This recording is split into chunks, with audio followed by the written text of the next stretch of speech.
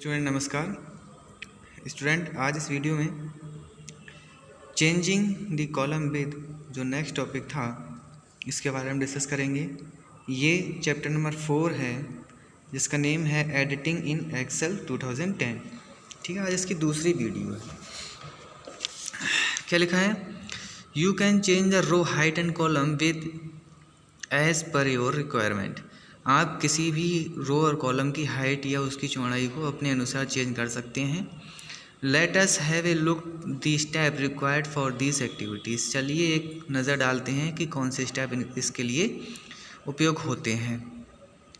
ठीक है, to change the column width follow the given step. आपको ऐसा करने के लिए इन स्टेप्स को फॉलो करना है। कह रहे हैं place the mouse over the right edge of the column heading. Column heading के राइट एज पर यानी कोने पर, राइट कोने पर अपने माउस के पॉइंटर को ले जाइए।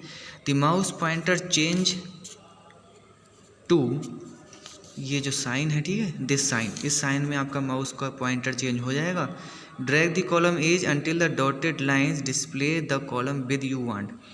जैसे ही आप इसको करेंगे तब आप कह रहे हैं कि तब तक इसको ड्रैग कीजिए जब तक डॉटेड लाइन आपको दिखाई दे और आपके अनुसार कॉलम की विड्थ ना हो जाए। The column with display the new with, और ऐसा करने से कॉलम की जो विड्थ होगी वो नई विड्थ में चेंज हो जाएगी। ठीक है, एज इट इज़, जैसे कि इसमें ये दिखा रहे हैं। अब आता है एडजस्टिंग द रो हाइट। एक और इंटरेस्टिंग फैक्ट यहाँ पे दिया है, the default column width of cell is 8.43 point and row height is 12.75 points. ठीक है, मतलब जो बाय डिफ़ॉल्ट यानी कि स्वयं जो आप जैसे एक्सेल को खोलेंगे उसमें जो दिखाई देगी, सबसे पहले कॉलम की विड्थ जो होगी 8.43 पॉइंट्स होगी और रो की जो हाइट होगी वो 12.75 पॉइंट होगी। ठीक है, ये अपने आप आती है, इसके अलावा आप इसको चेंज कर सकते हैं। फिर आता है एडजस्टिंग दी रो हाइट। अब रो की जो हाइट है उसको एडजस्ट करना, तो ठीक सेम उसी प्रकार से पहले आपने कॉलम के एज पे रखा था, अब आपको क्या करना है, रो के एज पर आपको रखना है। जैसे पॉइंटर को रखेंगे वो फिर से इस साइन में चेंज हो जाएगा। फिर करें drag the row edge until the dotted. फिर सेम प्रोसेस वही है कि अब आपको रो की हाइट बढ़ाने के लिए तब तक उसको ड्रैग करना है जब तक आपको ज़रूरत है, जैसे कि सेम है जिसमें दिखाया गया है। ठीक है, चलिए नेक्स्ट टॉपिक आता है इंसर्टिंग रो कॉलम और सेल। रो कॉलम और सेल को इंसर्ट करने का process. If you need to add new data in between the cell, अगर आप नया डाटा सेल के बीच में लेना चाहते हैं, you can insert new cell column और रो इन द वर्कशीट। उसके लिए आप नया सेल कॉलम या वर्कशीट में रो इंसर्ट कर सकते हैं। इंसर्टिंग ए रो, वैसे प्रोसेस तीनों का एक ही है।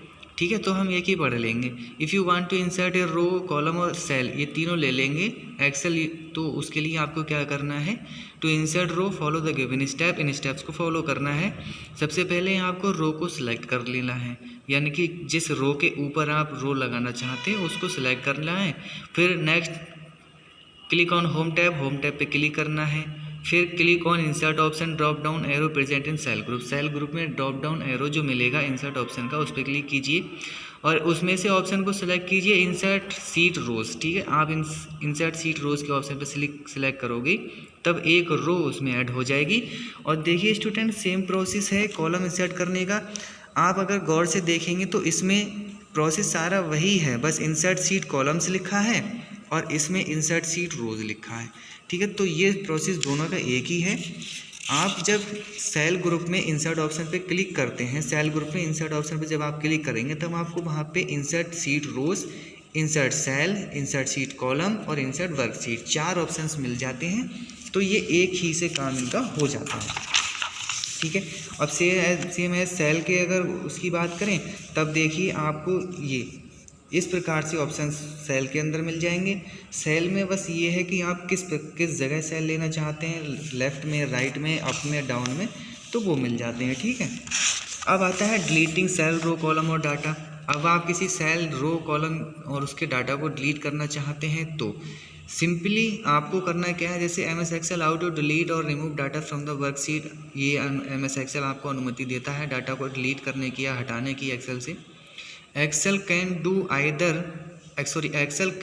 it either by clearing cell data और deleting cell, column और rows।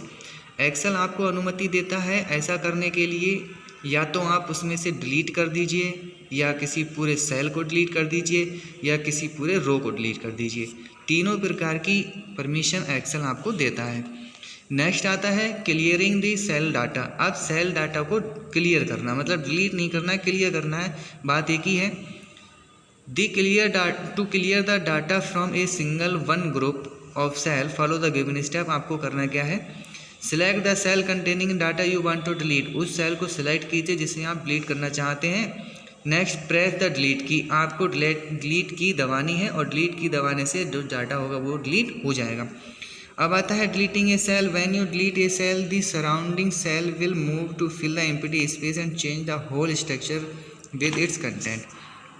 अब कह रहे हैं कि अगर आप किसी सेल को डिलीट करना चाहते हैं तो जो बाकी के सेल्स होंगे जिसमें से आपने सेल को डिलीट किया है, मान के चलिए 5 सेल के बीच में आपने एक डिलीट कर दिया, तो बाकी जो 4 होंगे वो उसकी जगह को कंप्लीट कर लेंगे।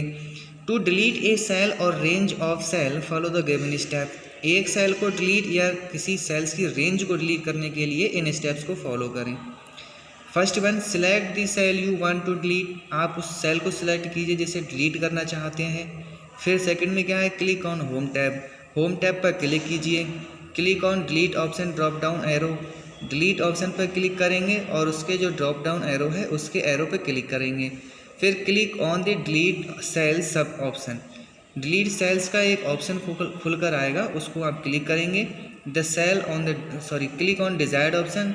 अब उसमें से आप अपने इच्छा अनुसार डिलीट कर दीजिए और ओके बटन से आप डिलीट कर पाएंगे। ओके, तो डियर स्टूडेंट आज की वीडियो में इतना ही है। डिलीटिंग ए रो नेक्स्ट वीडियो में हम डिस्कस करेंगे। Thank you.